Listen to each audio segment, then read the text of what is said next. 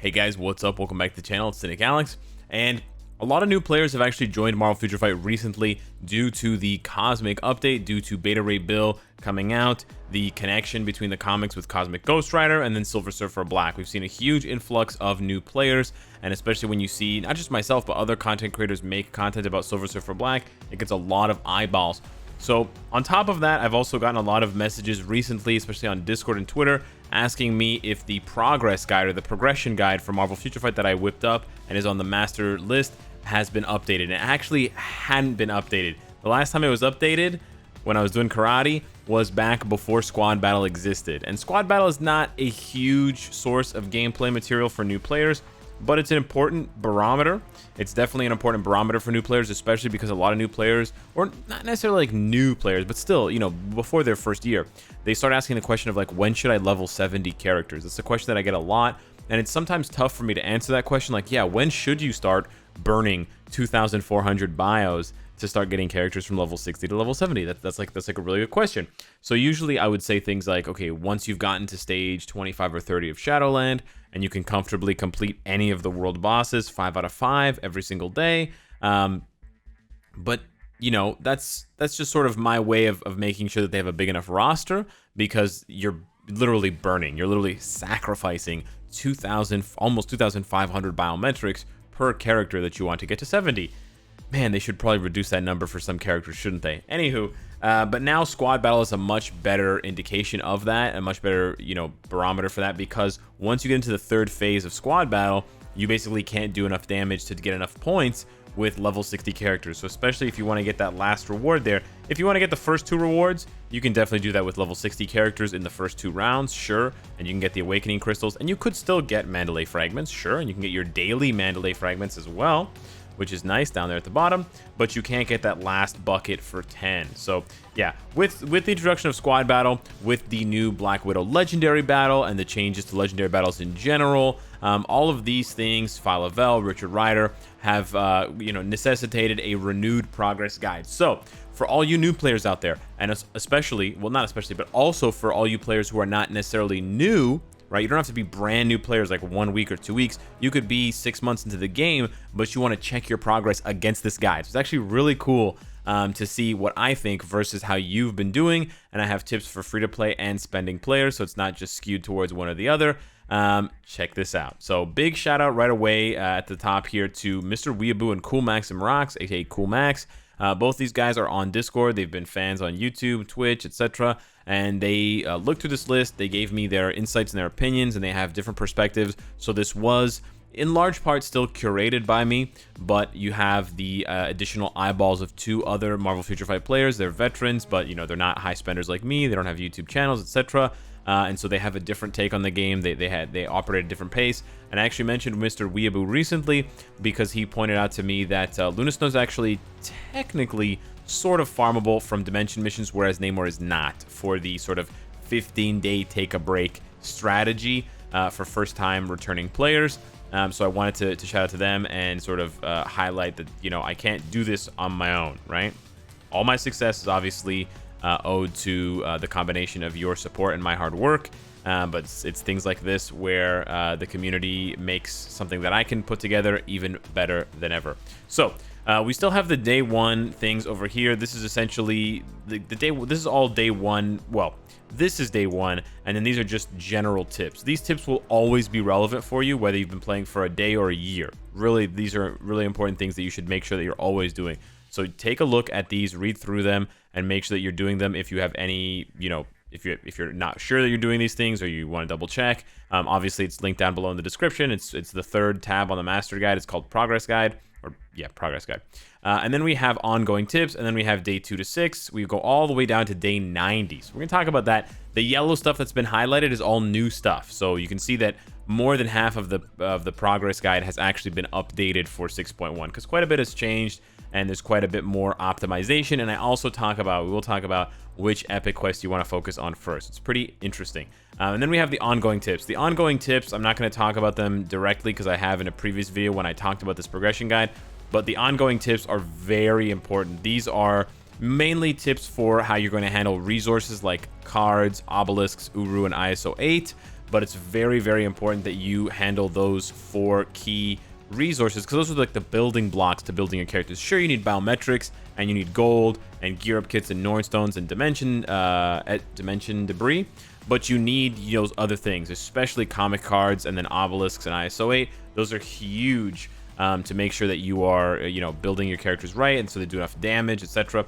So yeah, make sure you check those out. Honestly, I said that the progress guide is for new and intermediate players, but some of you guys have been playing for years, and then you ask me to roast you, and then I look at your account and you don't do some of these things. So honestly, this is for everybody, right? Because some of you guys have like 10% attack, 10% ignore defense in your cards right here. 20% skill cooldown, aim for 20% skill cooldown and 20% ignore defense. And you have to keep farming these above methods where you can find comic cards from the Dimension missions, support shop, shield lab, processor, alliance store, honor token shop. Get all your cards, keep farming them until you can put together a list of 5 cards, preferably 6-star cards, but if they're 5-star cards, it's not the end of the world, with at least these minimum stats. And then later on, replace them one by one with 6-star cards that aim for higher stats: 25% skill cooldown, 30 to 35% ignore defense, 20 to 30% all attack. But there's more. So hang on. Let's go back and just talk about this real quick. And yeah, I don't have enough links here to sort of link to separate videos. I will put that information in as well, to link to videos talking about Epic Quest, talking about deluxe characters and Mega Tier 2 tickets, stuff like that. But yeah, first of all, you obviously have to unlock all of the new 6-star characters, including, I believe, Black Widow, or no, Taskmaster. Taskmaster from the legendary battle, the Black Widow legendary battle. So make sure you unlock all these characters at 6-star so that you never waste any resources getting those characters to 6-star, right? Thor, Spider-Man, War Machine, Ant-Man, all those characters, you need to get them from the legendary battle. Start all 5 of the epic quests. You still have a lot of daily quests that will overlap between them, like doing dimension missions or doing timeline battles, things like that. The characters that we recommend for the 6-star selector are pretty similar to the ones that they've been: Iron Hammer, Morgan Le Fay, Dr. Voodoo, War Tiger, Molten Man, Viper. I do skew towards villains for Morgan Le Fay, Molten Man, Viper, although Viper is really the only one that has a good leadership. I don't even know what Morgan Le Fay's leadership is, to be honest with you, but I don't think it's good. Decreases debuff duration. Yeah, it's not very good. Viper and Molten Man don't have good leaderships, whereas Iron Hammer, Voodoo, and War Tiger do. The reason why I'm suggesting them is because they're easy to play. They have, like, really powerful sets, whether it's like resistance down or just high damage, immunity, mind control for Morgan Le Fay. But they're villains, and the villains are really important for Shadowland. And then using the trial bow subscription. Remember, you can get 4 days of the trial bow subscription if you log in early enough. So you want to get Ghost Panther, Sentinel, Slapstick, Yelena. Some players will want to choose 4 characters that are not available at all from Dimension missions. And yeah, you could do that if you want to be super efficient. Now, that is going to put you behind for when... Oh, I got Luna Snow. Haha! That is going to put you behind for when you eventually get a mega rank up ticket, because now for new players and for existing players that are free to play, the bottleneck is not mega tier 2 tickets, because we're getting one every month from the token event. The bottleneck is mega rank up tickets, so that's interesting, so keep that in mind. But yeah, you may not want to select Sentinel and Ghost Panther if you think that you can, tough it out and farm 10 of their bows from here to unlock them at 1-star and then use a mega rank up ticket and mega tier 2. Doing the trial bow subscription for Sentinel and Ghost Panther just skips that, so you can start focusing on, Luna Snow and then Valkyrie and then maybe Enchantress for the leadership, or maybe not Satana, Crescent or Weapon Hex or Gwenpool. I could not remember her name. Anywho, so yeah, there's that sort of thing. But Slapstick and Yelena are not in the thing here, so you have to remember that as well. They're not in the support characters. It ends with Crescent. And then the ones that we suggest are just very, very strong characters: Sentinel and Ghost Panther. And then we talk about squad battle. So for squad battle, you want to play every day, even if you lose, even if you get 0 points. Remember, guys, even if you just play squad battle and you lose instantaneously, you will still get those daily awakening materials, those daily Mandalay gem fragments. Even if it's just 5 for being in bronze, that's more than 0. And then you can work on your roster slowly to reaching 800k to get all of the rewards. But honestly, as a newer player, especially like new player now, you just want to actually work your way up to 300,000. I think 300,000 is a good benchmark for you, because you'll be getting more awakening crystals than Mandalay, but technically you need more awakening crystals than Mandalay in the long term, and you can still get Mandalay from here, whereas you can't get awakening stones. So I would say aim for 300,000 on all 6 of the fights, like all 6 of the stage requirements.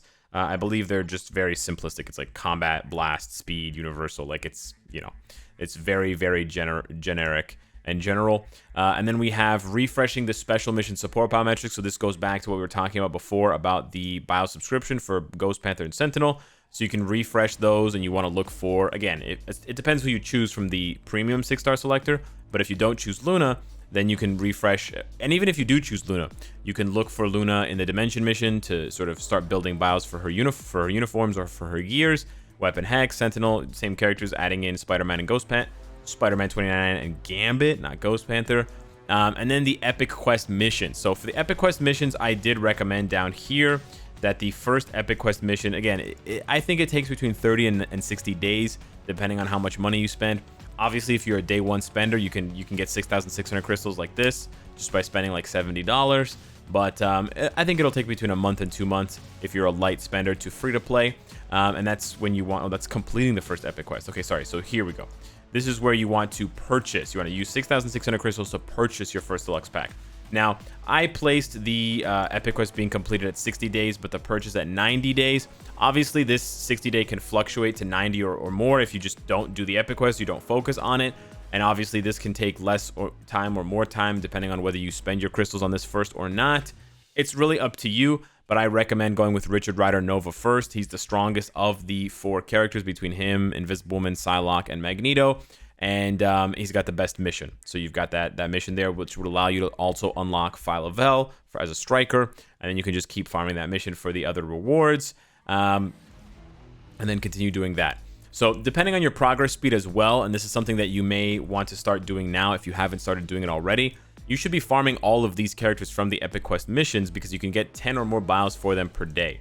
So if we go over here and we take a look, just to remind you guys, I mean, it's fairly straightforward, but over here, no. Over here, we've got, you can't farm a Phyla-Vell here. I think you farm Gamora. We don't care about Gamora. She's awful. But you can get Darkhawk bios, so you should be farming up your Darkhawk every single day. Here you can get Thing and Human Torch, both good characters. Farm them up. Here you can get Phantom X and Domino. Phantom X is better than Domino without a uniform, so I would focus on Phantom X first if you had to choose between one of them. Here you can farm all 4 of these X-Men.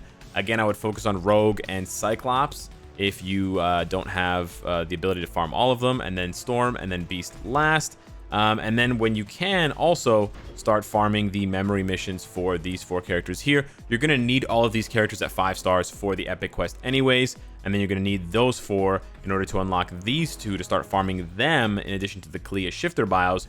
So yeah, you should really not be ignoring any of those Epic Quests, and that's where your energy should be going every single day, in addition to Dimension missions to get those acquisition rewards. But honestly, if you're a brand new player, the acquisition rewards are actually not very good for low agent level. And I do recommend in one of the tips to play World Event as much as you can to get those agent levels, to level up your agent level, the agent boosters or whatever they're called.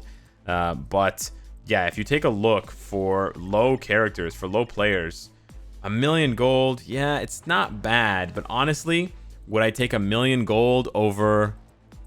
It's not gonna. How many bios? How much energy is that gonna cost you though, right? Because you're only gonna be able to run level 6, but you have less contribution. I don't think your contribution would be 60, but yeah, I mean, if it takes you 60 runs, there's no way, right? 60 runs at 4 energy, still, you're spending like crazy amounts of energy, and that's if you have boost points, right?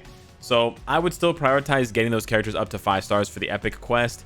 And then using those characters in Shadowland, using them in co-op because of the 4-star character requirement to get your whatever it's called, the co-op bonus up, right? Stage 1, Stage 2 bonus. But yeah, we don't talk about those characters enough, the Epic Quest farmable characters. We really don't, but it's there. And then you get another 6-star. You get a 6-star selector every 7 days. So on the 7th day, you get a 6-star selector. On the 14th day, you get a 6-star selector. And then on the 21st day, as a new player, you get a 6-star selector. So just make sure you're choosing characters from this list, like we've talked about before. We added in Red Guardian, Molten Man, Gorilla Man, things like that. And then don't select a character you've already owned, because it's only going to give you, I think, 128 or 256 biometrics. The tier 2 selector, I actually want to get your opinions on this, guys, because I have Shuri and Warwolf here, because they're both not really farmable. Warwolf is technically farmable from, I believe, the Honor token shop, but it's really slow, and you probably want to be using your Honor tokens on comic cards, yeah, you can farm him from the honor token shop. But yeah, Shuri's not farmable at all, except from Shadowland Bios. So that's why I put her there. And of course, she's only useful at tier 2 for the passive. Is there anybody else? Because you can farm Coulson from the Dimension missions, right? So I didn't want to suggest Coulson because he's very, very easy to get with Rift tokens. But yeah, hit me up if you guys have any other ideas for a tier 2 that you would suggest for that. Because I could not think of one that was better than either Shuri or Warwolf. I actually only had Shuri there, but then I added Warwolf as an extra one. And then we talk about the Doctor Strange 5-star characters as well. Oh, and also Nebula and Punisher from the new Epic Quest. And then you can start focusing on the legendary battles, especially the Thor one, right? Getting your... It says Mythic here. Should be Heroic. So getting this uniform, getting the Hela uniform to Heroic, and then getting the Thor uniform, the Thor Ragnarok uniform to Heroic. Yeah, it's going to put you back 2,100 crystals because you have to buy both uniforms, I believe. But the premium card is so good, and the CTP of energy is awesome as well. And then you want to focus on the Beta Ray Bill Epic Quest. The Beta Ray Bill Epic Quest, it kind of hurts because I've been so angry about that and so indignant about not finishing it. But if you think about it from the perspective of a new player, and maybe I should make a separate video about this, but this is actually the best Epic Quest. Not in terms of the Epic Quest stuff is kind of boring and the research missions are frustrating and expensive. In terms of the cost, it's expensive. But in terms of the characters, you know, Tier 3 Star-Lord is good for PvE content and he's easy to play. Beta Ray Bill is godly. Beta Ray Bill compared to compared to all the other characters that you get, right? Even Deadpool compared to Beta Ray Bill smokes everybody out of the water. Deadpool needs a Tier 3 and a holiday uniform that's not even on sale. To compete with Beta Ray Bill. Mr. Fantastic does not compete with him for PvE, and Mr. Fantastic has no PvP value, so it's bonkers, the value there. And then, like I said, Richard Rider is the best one of the 4 for the deluxe pack. So yeah, as much as it pains me, I do have to recommend the Guardians of the Galaxy Epic Quest for new players because of how valuable Beta Ray Bill and Nova Richard Rider are. And then last but not least, the first Tier 3 suggestion. So my first Tier 3 suggestion is Black Widow because of the PvP value. It was originally Captain Marvel, but I think Black Widow has now overtaken her by a large margin. And then Sharon Rogers, and then actually Star-Lord, like I said, from the Epic Quest. Yeah, so interesting. And then I sort of gave you guys a breakdown of the legendary battles that you can purchase for the CTP rewards. The other rewards from the legendary battles are okay, but they're mainly purchased for the CTP selectors, the CTPs of Rage, the CTPs of Regen, and the CTPs of Insight. So, with that being said, let me know what you guys think of the progression guide. You can always go to File and save a copy for yourself. Send this link to your friends or anyone that you know that's playing this game for the first time that's new. Yeah, the game's not in an amazing place right now. You know, we are fighting to get the game to be reworked and to be improved. But that shouldn't mean that new players can't have a good experience, and that shouldn't mean that we shouldn't help new players have the best possible experience, especially if they're free to play, so that they don't feel like they're pressured to spend money. So hopefully this has been helpful to you guys. Thank you so much for watching and supporting me, and I will continue to bring you guys content for new players, intermediate players, and veterans, and the salty boys out there in the world. Thanks so much for watching, and I'll see you in the next one. Take care.